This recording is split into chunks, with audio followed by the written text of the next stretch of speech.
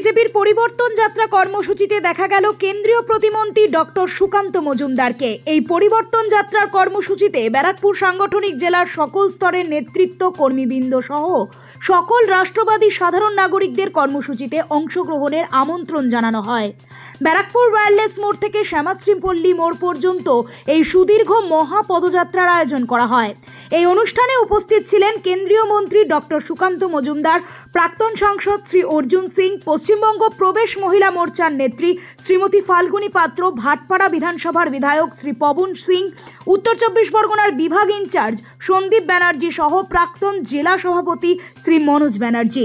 দীর্ঘ পদযাত্রা শেষে শ্যামাশ্রী পল্লী রোডে নোনাচন্দন পুকুরের জনসভায় কেন্দ্রীয় মন্ত্রী বক্তব্য রাখেন। Bureau report, Nobel Bangla.